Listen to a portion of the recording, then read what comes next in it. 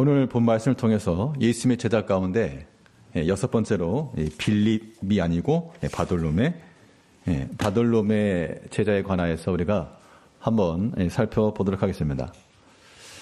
예수님의 제자들 그러면 우리가 익히 들은 이름 가운데는요, 베드로, 안드레, 야고보, 요한 이런 사람들의 경우는 우리가 익히 알고 있는데 사실 다른 제자들에 대해서는 성경에 명확한 표시들이 없기 때문에 우리가 잘 알기는 어려운데요. 그래도 이 제자들에 관한 그 다른 성경 이외의 다른 기록들에 따르면 제자들이 하나같이 다 순교했습니다. 요한 사도를 빼고 오늘 이 바돌롬에도 그 전해지는 전승에 의하면 그 이란 지역에서 선교를 하다가 순교를 당했는데 마지막에는 살갗이 벗겨지면서까지 그 그림도 있거든요. 살갗이 벗겨진다는 게 얼마나 고통스럽겠습니까? 귤 껍데기 까듯이. 근데 그런 고통을 감내하면서 이렇게 다 순교하였다라고 전해집니다. 근데 그런 제자들이 처음부터 그러한 믿음이 출중했느냐? 그렇지 않죠. 예수님을 처음 따라 나설 때 그들이 무슨 신학교를 다녀가지고 따라다닌 게 아니라 그냥 물고기 잡다 따라간 거고 세관 있다가 오라 그러니까 따라간 거고 그 과정 중에서도요. 예수님의 그 뜻을 잘 알지 못하고 자기들끼리 서로 싸우고 누가 서로 높냐. 또 야고보와 요한의 어머니는 와가지고 예수님을 향해서 로비 벌이고 이런 과정이 있었지만 결과적으로 하나님께서 그들을 점점 그리스도를 닮아 그리스도를 증거하는 그러한 복음의 사도들로 만들어 가신 거죠. 그런 측면에서 우리 자리에 계신 우리 모든 성도님들도 우리가 처음부터 다 완벽한 사람들이 되어서 주의를 하는 게 아니라 다 우리가 약함이 있고 부족함이 있지만 점점 만들어져 가자는 겁니다. 저 사람 부족해요, 모자라요가 아니라 우리가 서로 만들어져 가는 그런 모습을 가져야 되겠어요. 오전에 광고를 들었지만 신학교 광고를 들었죠. 누구라도 제 개인적 바람으로는 이번 3월 달부터 수업이 시작되긴 하는데 최소 한 명 정도 한 명 이상은 나왔으면 좋겠다. 누구라도요. 청년들이 되었건 집사님들 되었건 누가 되었건 자원하시는 분이 계시면 최소 한 명 이상은 나왔으면 좋겠다는 생각 드는데 우리가 주를 위해서 쓰임받고 주를 위해서 헌신할 수 있다라고 하는 것 사실 고되긴 하지만 이게 귀하고 아름다운 겁니다. 누구라도 자원하시고 또 누가 나서가지고 신학교 간다 그러는데 손가락질 하지 마시고 그러지 마시고 내가 못 가면 다른 사람을 격려하고 위로해서라도 우리가 주일에 힘쓰는 그런 제자들이 되어야 되겠습니다. 이 바돌롬에 관해서 일단 이름의 뜻을 보면요. 인적사항을 살펴보게 되면 그 바돌롬의 뜻은 바가 이제 아들이란 뜻이고요. 그러니까 돌롬의 아들. 그러니까 바돌롬에 그러면 돌롬의 아들이다라는 그런 뜻입니다. 그런데 오늘 바돌롬에 관해서 옆에 가로를 쳐놔가지고 다른 사람의 이름이 하나 있죠? 나다나엘. 오늘 요한복음 1장에서도 나다나엘에 관한 이 본문을 왜 선택했느냐? 이 바돌로메가 이 나다나엘과 이건 동일 인물이다. 이제 그런 가능성을 가지고 보는 겁니다. 그 근거가 뭐냐? 일단 바돌로메와 나다나엘의 그런 연관성에서 이게 일치가 된다 그러면 이 나다나엘의 행적을 통해서 우리가 예수님의 제자였던 바돌로메, 나다나엘의 그런 행적을 살필 수가 있겠죠. 갈릴리 가나 출신이라 그랬고 그러면 예수님의 12제자, 이 제자 이름이 나온 성경 구절 한번 보겠습니다. 이 마태복음과 그리고 사도행전에 걸쳐서 나오고 있는데요. 먼저 이 마태복음 10장 2절 3절에 있는 그 곳을 보게 되면 마태복음과 사도행전 두 군데에 나오는 겁니다. 12사도의 이름은 베드로, 안드레, 야고보, 요한, 빌립과 바돌로메, 마태, 알페오의 아들 야고보, 다데오, 가나나인 시몬, 가룟 유다. 이렇게 되어 있고요. 사도행전에도 보게 되면 제자들이 함께 모였다라고 하는 것에서 베드로, 요한, 야고보, 안드레, 빌립, 도마, 바돌로메, 마태, 알피오 아들 야고보, 셀로 시몬, 야고보의 아들 유다. 가룟 유다는 죽었기 때문에 없고요. 예, 스스로 목을 매 죽었기 때문에 없고. 이걸 이제 표로 한번 이렇게 보기 쉽게 한번 보면요. 자, 마태복음에 있는 것과 사도행전에 있는 것의 명단 중에서 일단 공통된 걸 한번 하나씩 빼보겠습니다. 베드로는 양쪽에 있으니까 베드로 삭제, 베드로는 빼고, 베드로는 빼고, 뭐 안드레도 똑같이 안드레 빼고, 안드레, 야고보 요한 빼고, 야고보 요한 빼고. 어차피 똑같이 있는 인물들이니까 야고보도 삭제, 요한 삭제. 빌립도 똑같으니까 빌립도 삭제. 도마도 삭제. 바돌로메도 삭제. 이름이 똑같이 있으니까요. 도마, 바돌로메. 마테도 삭제. 예. 오른쪽에 도마도 삭제. 그러면 알페의 아들 야고보, 알페의 아들 야고보 삭제. 그러면 가나나인 시몬 셀롯, 이게 가나나인이라고 하는 게 가나 사람이라는 뜻이 아니고 카나나오, 그래서 이게 열심당이라는 뜻입니다. 셀롯이라고 하는 것과 같은 의미예요. 열심당원이었던 시몬 삭제. 예, 가나나인 시몬과 셀롯 시몬 삭제. 가룟 유다는 죽었으니까 삭제. 그러면 마태복음에 나오는 다데오라고 하는 인물과 가룟 유다만 삭제.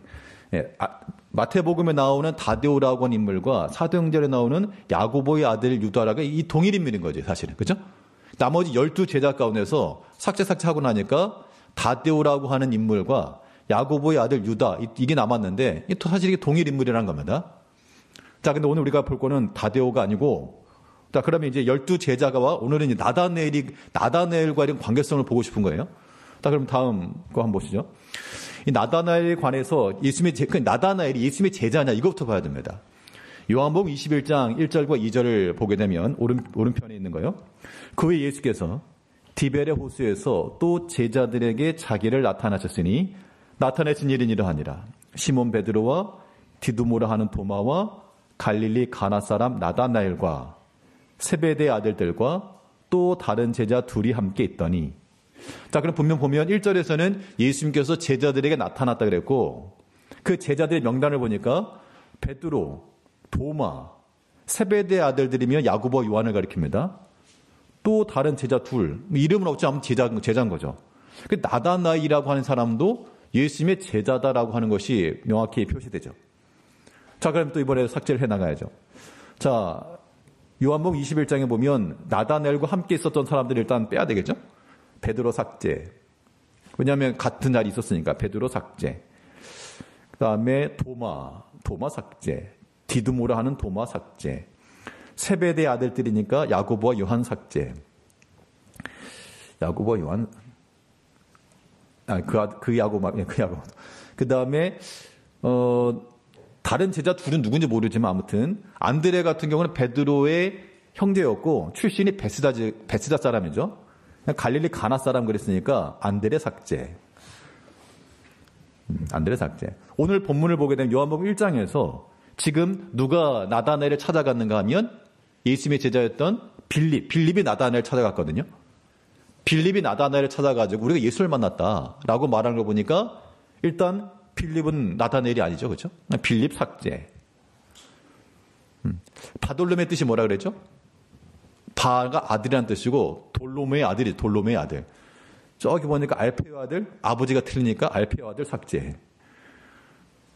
아까 다데오는 누구 아들? 예, 야고보의 아들 유다라 그랬잖아요. 아버지가 유다니까 야고보니까 다데오도 삭제. 가나안인 시몬이 열심당원이었단 말이죠. 그러니까 지금 부르심의 종류가 달라요. 나다나엘 같은 경우는 예수님께서 무화과 나무 아래에서 이렇게 조용히 불렀는데 열심당원이었던 가나안인 시몬 삭제. 가룟 유다가 아니니까 삭제. 마태는 세관에 불렀으니까 삭제. 그래서 이 바돌로메가 성경에 나오는 나다나엘과 동일 인물이다라고 우리가 보는 겁니다. 그러면 이 나다나엘, 즉 예수님의 제자 가운데 한 사람이었던 바돌로메와 이 나다나엘이 동일 인물이라고 보고 우리가 이제 나다나엘에 관한 이야기를 한번 오늘 보자는 겁니다. 나다나엘은 도대체 어떤 사람이었는가? 특히 오늘 요한복음 1장에서 보게 되면 이 나다나엘에 관한 그런 기사 속에서 어떻게 보면 참 숨겨진 보석과도 같은 신앙인, 이렇게 볼 수가 있겠는데요. 물론 이에 관계된 그런 기사들이 많지는 않지만 예수님께서 나다나엘을 찾아오시고 또 그 일을 평가해 주시고 또 그의 반응하는 걸 보게 되면 참 예수님 12제자 가운데 익히 알려져 있는 베드로, 야고보 이 사람들보다도 좀 신앙적 측면에서는 좀 탑급이다, 이런 생각이 좀 들었는데요. 먼저 바돌로메의 신앙적 특징을 보게 되면 첫 번째는 성경에 익숙한 사람이었습니다. 어떻게 아느냐? 이 요한복음 1장 본문 1장 45절을 보면요. 빌립이 나다나엘을 찾아 이르되 모세가 율법에 기록하였고 여러 선지자가 기록한 그 일을 우리가 만났으니 요셉의 아들 나사렛 예수니라. 빌립도 마찬가지였지만 지금 빌립과 나다나엘이 성경에 관하여 무죄하였다 그러면 이런 대화가 가능했을까요? 어떤 공통된 주제를 가지고 이야기할 때 어느 한 사람 잘 알고 한 사람 잘 모른다. 그럼 대화가 좀 안 되죠. 왜냐하면 말해도 상대방이 못 알아먹으니까. 그러니까 전공 분야가 같은 사람은 처음 만난 사람이라도 서로 이야기가 가능하고, 왜냐하면 그런 그 내용을 서로 공감하기 때문에 그렇죠. 지금 빌립은 말하기를 모세가 율법에 기록했다. 선지가 기록했다. 그럼 최소한 모세의 글과 선지자들의 글에 대해서 익히 알고 있다는 뜻입니다. 그런데 만약 이 말을 들었던 나다나엘이 그걸 알지 못했다 그러면 빌립이 와서 말할 때 너 무슨 말하니? 이렇게 들릴 수 있겠죠. 빌립도 그랬던 것처럼 이 나타나엘도 성경을 익히 잘 알고 있었다라고 우리가 알 수가 있습니다. 그리고 우리가 주를 위해서 주일에 쓰임받는 하나님의 백성들이 된다라고 하는 것은요. 어떤 조건이 먼저 필요하냐? 그러니까 하나님의 말씀에 대해서 익숙할 수 있는 이유는 뭐냐? 그러니까 자주 접하는 거예요. 자주 하는 거. 그러니까 자주 접하고 자주 읽고 자주 듣고. 그래서 성경에서는 말하기를 내가 너에게 이를 때까지 읽는 것과 권하는 것과 가르치는 것에 전념을 해라. 우리가 새해가 되었는데요. 우리의 신앙적 계획과 또한 여러 가지 포부 중에 다른 거 올해는 꼭 열심히 운동해서 살을 빼야 되겠다. 그런 것만 계획을 삼지 마시고 올해는 성경을 꼭 좀 많이 읽어야 되겠다. 그런 것도 우리의 계획이 되고 또 그러한 것들이 실천이 돼야지 되는 겁니다. 주의 일에 쓰임받는 사람들, 하나님 말씀에 무지한 자가 되어서 안 됩니다. 꼭 무슨 성경 퀴즈를 해서만 아니고요. 성경 퀴즈를 해서만 아니라 우리가 그 성경에 관한 그런 지식들, 그래서 항상 가르치고 서로 배우고 이런 것들이 무엇보다 중요하다. 그런데 이 바돌로메 나다나엘은 구약의 모든 성경에 대해서 익숙하였고요. 또 그리스도 예수를 향하여서 그런 신앙 고백이 나온 것을 보면 성경의 친화적인 사람이었다라고 우리가 알 수 있겠는데, 우리가 그 예수님의 제자들을 살펴보는 이유는요. 예수님을 따라다녔던 그 제자들이 이러한 사람들이었다. 그럼 최소한 우리가 주를 따라가는 그런 백성들이 되려면, 그러한 제자들이 되려면 우리도 하나님의 말씀에 대해서는 익숙해야지. 자, 성경 본문 요한복음 보겠습니다 할 때 창세기들이 찾고 있고 그러면 곤란하잖아요. 그러니까 성경에 대해서 우리가 차근차근 이렇게 알아가고 배워가는 것, 읽어가는 것. 제일 중요한 것은 하나님의 말씀을 잘 읽는 겁니다. 읽는 거예요. 하나님의 말씀을 읽는 것 속에서 읽으려면 어떻게 되냐면 다른 것도 마찬가지지만요. 성경을 읽기 위해서는 이렇게 전하거든요. 성경 읽기 위해서는 우리의 시간을 우리가 읽기 위한 그런 시간들, 그런 공간들 찾아야 되기 때문에 내가 성경을 읽는다라고 하는 건 단지 책을 보는 건 그런 차원이 아니라요. 여기에 우리 많은 시간들이 다 확보가 돼야 되는 겁니다. 그런 과정들을 통해 가지고 우리가 아무튼 신앙적 측면에서요. 성경을 잘 읽어야 되겠습니다. 그럴 수 있습니다. 요즘은 그 예배 시작하기 전에 보통 신앙 고백함으로 예배 시작이 아니고 뭐라 그럽니까? 휴대폰을 끄심으로 예배 시작하겠습니다. 그런 거죠. 실수할 수 있으니까요. 이 나다나엘의 특징 둘째는 이 바돌로메에 관한 이야기를 좀 찾아보려고 여러분 주석도 살펴보고 또 다른 분 어떻게 설교하셨는가 들어보긴 하는데 느낀 게 뭐냐면 지금 공통 똑같다 이런 생각이 들었습니다. 그러니까 같은 책을 보고 같은 걸 서로 인용해서 그런지 내용들이 다들 비슷해 보였는데, 근데 거기서 제가 한 가지 다른 생각이 뭐냐면, 이 나다나엘을 가리켜서 참 편견에 사로잡힌 사람이다라고 그렇게 설명들을 하시더라고요. 그 이유가 뭐냐면, 나사렛에서 무슨 선한 게 나겠느냐, 그렇게 얘기했거든요. 빌립이 와가지고 우리가 메시아를 만났다, 예수를 만났다 그랬더니 나사렛 예수라 그랬거든요. 이 나사렛에서 무슨 선한 게 나겠느냐, 그 총구석에서 뭐가 나오겠느냐, 편견에 사로잡힌 사람이었다라고 그렇게 늘 이야기를 하는데, 제가 보는 관점 정반대입니다. 나다나엘은 편견에 사로잡힌 사람이 아니라, 물론 그런 생각이 있었겠지만 편견을 깬 사람이에요. 깬 사람. 편견을 깼으니까 총구석 그 당시 모든 사람들이 자기 자신을 생각하기를 나사렛에서 뭐가 선한 게 나겠어? 했는데 그에게 나아갔고, 만약 그런 마음을 여전히 있었으면 내 그 사람 뭐하러 만나? 나사렛 출신이라며? 안 가. 그랬을 거라고요. 근데 그 다른 모든 사람들, 자기 자신마저도 그렇게 생각할 정도의 그런 생각이 있었지만 그것을 깨고 나아갔다. 그래서 그는 편견의 사람이 아니라 편견을 깬 사람이에요. 우리 1장 46절을 보시게 되면, 요한복음 1장 46절에서 나다나엘이 이르되 나사렛에서 무슨 선한 것이 날 수 있느냐, 빌립이 이르되 와서 보라 하니라. 빌립이 이제 와 보라 할 것은 예수님께서 그 제자들, 예수님께 나왔던 제자들이 했던 말씀이죠. 선생님 어디 계십니까? 했더니 와 보라, 와 보라. 지금 나다나엘도 지금 이 빌립에게서 이런 말을 들었습니다. 빌립이 가서 우리가 만났다. 근데 나사렛 출신이라. 아이고 나사렛 그런 관계 있었지만 와 보라 했을 때, 여러분들 편견이 심하고요, 고집이 센 사람은 어떤 것을 권유해도요, 내 생각과 맞지 않으면 그 절대 안 움직입니다. 고집이 얼마나 센지 자기 생각 절대 굽히지 않아요. 알아보려고도 하지 않고 시도도 하지 않는다는 겁니다. 그런데 이 나다나엘은 분명 고집 체계가 이렇게 나은 게 아니라 나사렛에서 뭐 선한 게 나겠는가라는 그런 말을 했지만 그 생각을 깨고 그에게 나간 겁니다. 우리가 예수를 따르는 그런 제자들이 되고 또 주의를 하는 사람들이 되려면 이런 면면들이 좀 있어야 돼요. 사람마다 다 자기 생각들이 있죠. 자기 판단 체계가 있다는 겁니다. 자기 경험이 있고요. 근데 그런 것 때문에 아예 내가 알지 못하고 내 지식 너머 밖에 있는 것들에 대해서 더 알아보려 하지 않고 또 내가 잘못되었고 내 생각이 틀렸다라고 하는 걸 인정하지 않게 되면 참 그런 사람들과 일하는 건 굉장히 어렵죠. 그런데 이 나다나엘은 비록 그가 나사렛에서 선한 것이 날 수 없다라고 하는 그 당시 모든 사람들의 사고방식을 가지고 있었지만, 그러나 거기서 한 걸음 더 나아가서 어떻게 보면 온유한 사람이죠, 사실. 그 온유한 마음을 가지고 자기의 잘못된 것, 자기 생각이 틀렸을 수도 있음을 지금 인정하고 나간 겁니다.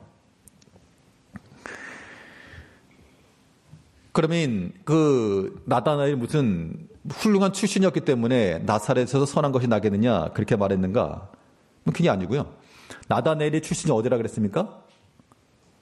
아까 좀 주의 깊게 보셨다면 갈릴리 가나 사람이래요. 가나 출신이에요. 갈릴리 가나하고 나사렛하고 먼 동네가 아니고요. 다 갈릴리 지역에 있었던, 갈릴리 지역이라고 하는 것은 그 북쪽이란데, 북쪽. 이스라엘 따지면 북쪽 지역. 우리나라 지도를 놓고 보게 되면 저기 한경도나 평화도나 그 정도 되겠죠. 그런데 이 갈릴리 가나나 나사렛이나 그냥 같은 동네, 비슷한 동네, 옆 동네. 물론 도로 하나를 두고도 방배동과 사당동 조금 다를 수는 있죠, 사실은. 네. 조금 다를 수는 있지만 같은 동네 그러면, 옆 동네 그러면 수준도 거의 비슷하고 거기서 거긴 거죠. 자기도 그걸 잘 안다는 겁니다. 지금 나다나엘이 하는 말은 내가 저기 밑에 예루살렘이나 저기 브엘세바나 저기 남쪽 끝에 살았다 그러면 모를 수 있지만 바로 옆 동네이기 때문에 잘 안다 그 얘기예요. 나사렛에 대한 그런 구성, 나사렛 사람들에 관한 그런 정보들 알긴 아는데 거기서 무슨 대단한 선자가 나올 수 있을까? 그런데 이 빌립의 권면을 듣고 와 보라 했을 때 가서 본 겁니다. 우리의 마음이 어떠한 측면에 있어서 완고하고 고집세고 그런 거 말고요. 아무튼 고집센 거 뭐라 그랬습니까? 고집센 거는 정말 안 좋은 거예요. 완고함이라고 하는 것과 동의어가 뭐냐? 고집센 것과 똑같은 무게. 성경에서 말한 게 있어요. 우리가 성경에서 하지 말아야 될 것 가운데 하나가 우상숭배잖아요. 우상 섬기는 거 정말 우리 기독교 신앙과는 정반대죠.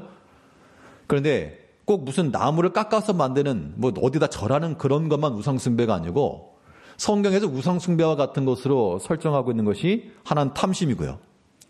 탐심이 우상숭배라고 그랬고 또 사람의 마음에 완고한 것, 고집센 것도 사신우상에 절하는 거라 그랬습니다. 사신우상이라고 하는 건 죽은 신이죠. 죽은 신. 죽은 신에게 절한 것과 똑같다. 사람의 마음의 완고함, 고집스러움. 그렇기 때문에 우리가 특히 우리가 주를 위해서 주를 따라가는 주의 제자들이 되기 위해서 우리 마음속에 당연히 사람의 그런 지조가 있고 의지가 있고 결의가 있어야 되는 건 맞지만요. 그럴 때 또 한편으로는 물러설 줄도 알아야 됩니다. 사람이 자기가 100% 옳을 수 없잖아요. 내 생각이 옳다라고 생각해도 때로는 좀 돌이키고요. 좀 한 발 물러서서 좀 한번 가서 확인해볼 그럴 만한 가능성은 있죠. 편견에 사로잡혀가지고 고집 부리지 않았고 이 나타나엘은 이 편견을 깨고 온유한 마음을 가지고 자기 생각과 반대되는 것까지라도 가서 보았다라고 하는 그런 측면을 보면서 우리도 이러한 마음을 본받기를 좀 힘써야 되겠습니다. 이 나다넬의 또 특징이 어떤 특징이 있는가? 오늘 본문에서 말한 바는 예수님께 칭찬을 받았습니다. 그러니까 다른 제자들은 일하고 있다가 부름받았고 이 나다나엘은 예수님께 나오면서 칭찬을 받고 시작한 사람이었습니다. 다른 제자들도 그러하겠지만 아마 참 신앙적 측면에서 좋은 믿음을 가졌던 것 같아요. 오늘 본문 1장 47절로 보게 되면 예수께서 나다나엘이 자기에게 오는 것을 보시고 그를 가리켜 이르시되 보라 이는 참으로 이스라엘 사람이라 그 속에 간사한 것이 없도다.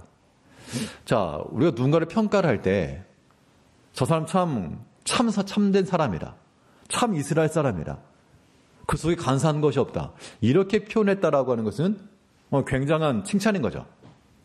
또 이런 말을 아무한테는 안 하죠. 우리가 누군가에 대해 평가할 때 저 사람 좀 참 사람, 참된 그런 인격자야. 보통 그렇게 말하는 것은 쉬운 게 아닌 겁니다. 근데 그렇게 평가한다라고 하는 것은 실제로 그러니까. 자, 예수님께서 판단하실 때 이 나타나엘이 그러한 깨끗한 양심, 또한 거짓 없는 믿음, 이런 것을 가지고 있는 것을 아셨기 때문에 그는 그 속에 간사한 것이 없다. 이렇게 평가하신 거예요. 예수님께서 우리를 부르셨다고 가정해보고 우리에 대해서 뭐라고 말씀하실까? 아마 반대의 평가가 아닐까도 싶어요. 보통은 그 속에 간사한 것이 없도다가 아니라 겉으로는 참 교양이 있고 믿음이 있고 그런데 속으로는 참 간사하구나. 속은 욕심이 참 드글드글하구나. 그 눈빛을 보아하니 하나님을 경외하는 눈빛이 아니구나. 내 마음속에는 내 자신을 채우고자 하는 욕구, 그런 욕심이 가득하구나. 이렇게 우리가 평가를 받는다 그러면 우리는 참 부끄러운 거죠.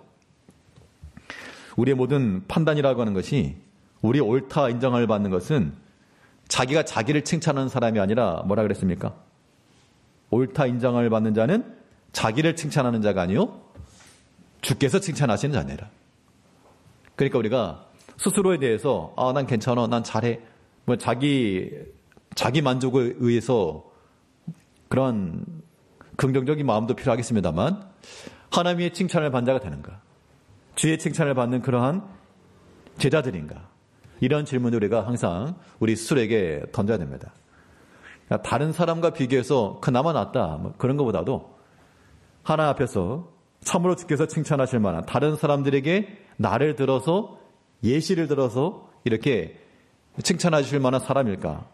라고 하는 그런 질문들에 대해서 우리가 떳떳함이 생기도록 부끄럽지 않도록 그러한 모습들을 추구하며 살아가야 됩니다. 주의 칭찬을 받으려면 주께서 칭찬하는 조건이 있는 거죠. 예수님께서 무엇을 보고 칭찬하실까?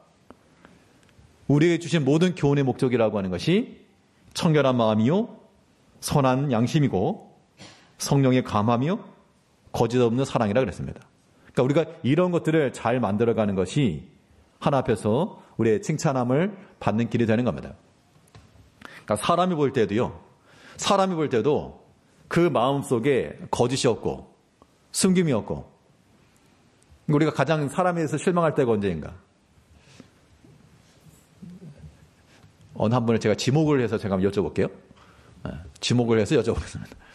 정신 번쩍 차리도록. 자, 내가 만약 누군가에게도 실망을 했다. 저 아무개 참 실망을 했다. 그럼 실망했다라고 하는 거는 왜 그렇죠? 언제죠? 실망의 포인트라고 하는 것은 사실은 뭐 그런 거죠. 기대치보다 뚝 떨어졌을 때 실망이 되는 겁니다. 뭐 다른 뭐 사회적으로나 정치적으로 마찬가지고, 어떤 사람들에 대해서 뭐 정치인들에 대해서도 마찬가지고, 기대치에서부터 그에 미치지 못하는 그런 뉴스가 나오게 되면 실망감이 뚝 떨어지는 거죠. 실망감이 생기는 거죠. 우리가 하나님 앞에서 그런 기대치가 떨어지는 자들이 아니요, 서로 독려하여 그러한 그리스도의 분량이 이르기까지 함께 성장해 나가야 되겠습니다. 그래서 주의 칭찬을 받는 아무개, 주의 칭찬을 받는 목회자, 주의 칭찬을 받는 직분자, 주의 칭찬을 받는 성도, 이것이 우리 신앙의 목적이 돼야 마땅하다는 겁니다. 그래서 이 오늘 본문에서 이 나다나엘은, 이 예수님의 제자였던 나다나엘은 우리가 지금 바돌로메와 같은 인물로 보고 있는 거죠. 주의 칭찬을 받은 사람이었다. 우리도 주의 칭찬을 받기를 힘써야 되겠고요. 또 이 나다나엘은 어떤 신앙적 특징이 있었는가 하면, 오늘 본문에 보니까 그는 기도하는 사람이었습니다. 1장 48절 말씀에서 나타나엘이 이르되 어떻게 나를 아시나이까? 예수께서 대답하여 이르시되 빌립이 너를 부르기 전 내가 무화과 나무 아래 있을 때 보았노라. 자, 이 이야기는 지금 그 속에 간사한 것이 없다, 참 이스라엘 사람이다, 이런 표현들은요, 구약이 나오는 야곱과 연관된 그런 기사입니다. 근데 지금 무화과 나무 아래 있을 때 보았다. 그 무화과 나무 아래 있을 때 보았다라고 하는 것은, 이거는 나다나엘이 자기 자신, 다른 사람은 알 수 없는 자기 자신만의 비밀스러운 행동이었습니다. 왜냐, 누가 본 적 없기 때문에. 그 가운데서, 그런데 예수님께서 그걸 보셨다. 그 무화과 나무 아래 있을 때, 거기서 뭘 했을까라고 하는 것은 다른 걸 상상할 수는 없죠. 그가 아무도 없는 그 나무 아래에서 무엇을 했을까? 만일 예수님께서 칭찬할 만한 일이 아닌 걸 했다 그러면 그렇게 말씀하실 리가 없죠. 참 이스라엘 사람이요, 간사한 것이 없는 그런 사람이요. 그걸 본 것인데, 그 무화과 나무 아래에서 나라를 위해서, 민족을 위해서 기도했던 것이 분명합니다. 이거 바꿔 말하면요, 기도하는 사람, 기도하는 성도들의 그 자리는 예수님께서 보시는 자리. 기도하는 그 성도는 예수님의 눈에 띄는 사람. 이런 겁니다. 그러니까 우리가 소망으로 살아가려면 어떻게 되시느냐? 소망으로 살려면 그냥 기도하셔야 돼요.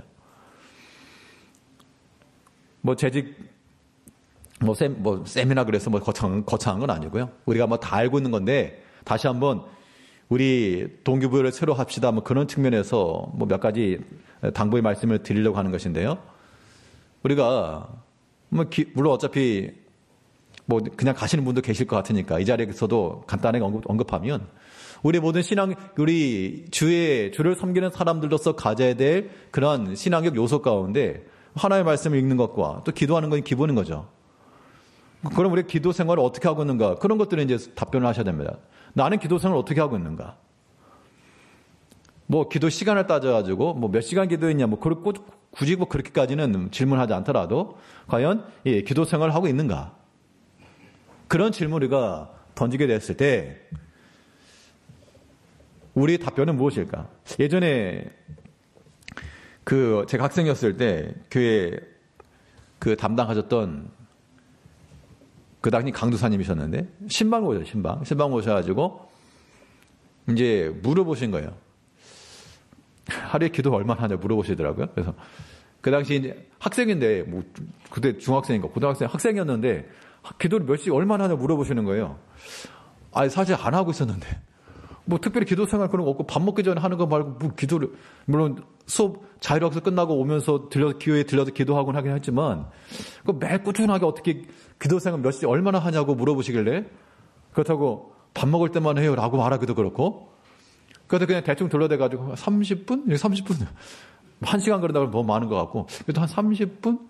그렇게 얘기했던 기억이 나는데, 사실 하지도 않으면서 그렇게 얘기했던 것 같아요. 그때 그 이후, 항상 마음속에 남았었는데, 물론 이것저것 다 따지면, 시간 뭐 다 따지면 30분 되겠지만, 우리가 똑같은 질문 한번 제가 던져보게 되면 좀 당황해 하실 분도 계실 수 있어요. 기도 생활 얼마나 하십니까? 그럴 때 우리가 주를 따르는 주의 제자들로서 단지 어떤 시간을 말하는 게 아니라, 기도하는 성도를 누가 보신다? 주님께서 보신다는 거 아니에요. 기도를 언제 하는 거예요? 내가 무슨 여유롭고 풍성하고 감사해서 기도하지만 내가 정말 마음이 괴롭고 슬플 때, 누군가로부터 도움을 얻지 못했을 때, 그 절박함과 간절함 가운데 기도하는 거 아닙니까? 그런 기도의 순간들을 주님께서 보신다는 거기 때문에 성도의 기도라고 하는 것은 하나님 앞에 나가기 굉장히 유익한 시간인 거고, 우리의 사정을 타파할 수 있는, 이거는 기회인 거지, 기회. 예수님께서 다른 걸 못 보더라도 기도하는 성도들 먼저 본다. 그때 우리가 정말 간절함으로 기도할 때는요, 그렇게 돼요. 시편에도 그런 말씀이 있지만, 내가 밤중에 깨요. 내가 밤중에 깨어 주의 말씀을 묵상하나이다. 내가 밤중에 깨어 주 앞에 간구하나이다. 왜 자다 말고 일어날까요? 자다 말고 일어나는 게 아니라 잠을 잘 수가 없는 거예요. 우리 가운데 있는 그 문제들이 우리 정말 크고 우리를 삼켜버릴 듯한 그런 상황 가운데 이르게 되면요, 뭐 그냥 맨정신으로 잠을 잘 수 없다는 겁니다. 믿지 않는 사람들이야 또는 술 기운에도 자고 그러겠지만 맨정신에 잠을 잘 수가 없기 때문에 정말 그때 그 두근거리는 마음 가지고 나갈 때 어느 순간인가 엎드리는 겁니다. 의자에 엎드리게 되고, 방바닥에 엎드리게 되고, 책상 앞에 엎드리게 되고, 그렇게 엎드리는 자리가 주님께서 우리를 눈여겨보시는 그런 타임. 그렇기 때문에 우리가 이런 단지 뭐 기도하세요, 기도하는 시간을 이런 측면에서 우리는 말하는 거 아니에요. 성도님께서 왜 기도하셔야 되느냐? 이건 하나님 앞에 나아갈 수 있는 길이에요, 길. 그걸 제외하고 내가 무엇을 가지고 주를 믿는 사람이라, 예수를 따라가는 제자라 말할 수 있을까? 나는 무엇을 가지고 주를 위해 일한다라고 말할 수 있을까? 우리의 모든 평가가 참으로 우리 기도하는 사람이 되겠습니다. 기도하는 사람이 돼야 되겠어요. 그러니까 하나님을 믿고 의지하는 사람이 기도하는 거죠. 내 기도를 들으신다라고 하는 그런 확증이 있을 때 기도하는 거지, 뭐 어려운 일 있다고 해서 저절로 기도하지는 않아요, 사실은. 그런 의미에서 이 나타나엘이 하나님의 말씀을 묵상하고 또 은밀하고 조용한 곳에서 골방에 들어가 기도하고, 이것은 결국 나의 기도를 들으신 하나님을 믿는 게 분명합니다. 이것은 우리 하나의 신앙 고백인 거예요. 개혁교회의 특징은, 개신교죠. 우리 개혁교회의 특징은 고백하는 교회라고 했습니다. 고백하는 교회. 여기서 말하는 고백이라고 하는 것은 우리 신앙을 고백하는 겁니다. 우리가 예배 시간마다 거의 무슨 주문처럼 하는 거 있잖아요. 전지전능하신 하나님 믿사오며. 자, 전지전능하신 하나님 믿사오며, 이게 얼마나 큰 신앙 고백입니까, 여러분? 우리가 그냥 주문 외우듯이 하니까 그냥 지나가는 것이지, 나는 믿습니다. 전지전능하신 하나님을 믿습니다. 이 신앙 고백이 얼마나 큰 거냐고요. 그러니까 우리는 지금 신앙 고백에 나와야 돼요. 나다나엘도 오늘 본문에서 말하는 것은 신앙 고백의 사람이었다는 겁니다. 자기 자신의 신앙을 고백한 거예요. 하나님 어떤 하나님이십니다. 내 언어로, 내가 만난 나의 체험의 언어로 내가 말한 거죠. 1장 49절 말씀에서요, 나타나엘이 대답하되 라피여, 당신은 하나님의 아들이시오, 당신은 이스라엘의 임금이로소이다. 예수님을 만난 첫 대면회 때 이런 신앙 고백을 했다? 베드로보다 탁월한 거죠. 베드로는 언제 신앙 고백했습니까? 예수님을 따라다니며 많은 체험 이후에 마지막에 가지고, 시몬아, 사람들이 나를 누구를 하느냐? 그때 이 베드로가 하는 말이 무엇입니까? 주는 그리스도시요 살아계신 하나님의 아들입니다. 바요나 시몬아, 내가 복이 있도다. 이것을 내게 알게 하니는 혈육이 아니요 하늘에 계신 내 아버지시라. 근데 이 나다나엘은 예수를 만난 그 첫 장면에서부터 당신은 이스라엘의 임금이시오, 하나님의 아들이십니다. 신앙 고백이 나왔죠. 이 나다나엘에 있는 신앙이 참으로 귀하고 아름다운 것 같습니다. 이런 신앙이 있었기 때문에 그 전승이 하는 거지만, 그 아르메니아 지역에서 10년 동안 복음 전하다가 껍질이 벗겨진 채로, 살갗이 벗겨진 채로, 나중에는 자르푸드에 담겨가지고 바다에 빠져 죽었다는 그런 이야기도 있는데, 그러한 순교 삶을 살아갔다는 겁니다. 우리가 그런 살갗을 벗겨내는 그 정도의 그런 것까지 요구하지 않지만 우리는 최소한도로 이 제자들이 가지고 있었던 그런 주를 향한 그런 마음들, 주의 말씀을 사랑하고 또한 온유하며 하나님의 칭찬을 받는 그런 신앙격이 되고 비록 남들이 보지 않는 그때라도 조용히 하나님 전에 나와 기도하는 그런 기도의 사람이 되고요. 또 하나님을 향하여 우리의 신앙을 고백할 수 있는 그런 모습이 된다 그러면 우리도 예수님 앞에서 예수님께서 가셨던 그 길을 따라가는 좋은 주의 제자가 되지 않을까. 올 한 해 동안에 우리가 이 예수님의 제자들에 관한 것들을 또 생각하시면서요. 항상 말씀의 사람이요, 기도의 사람이요, 신앙 고백의 사람이 되기를 힘쓰는 우리 성도님들이 되시기를 바라겠습니다. 오늘 이 시간에 잠시 우리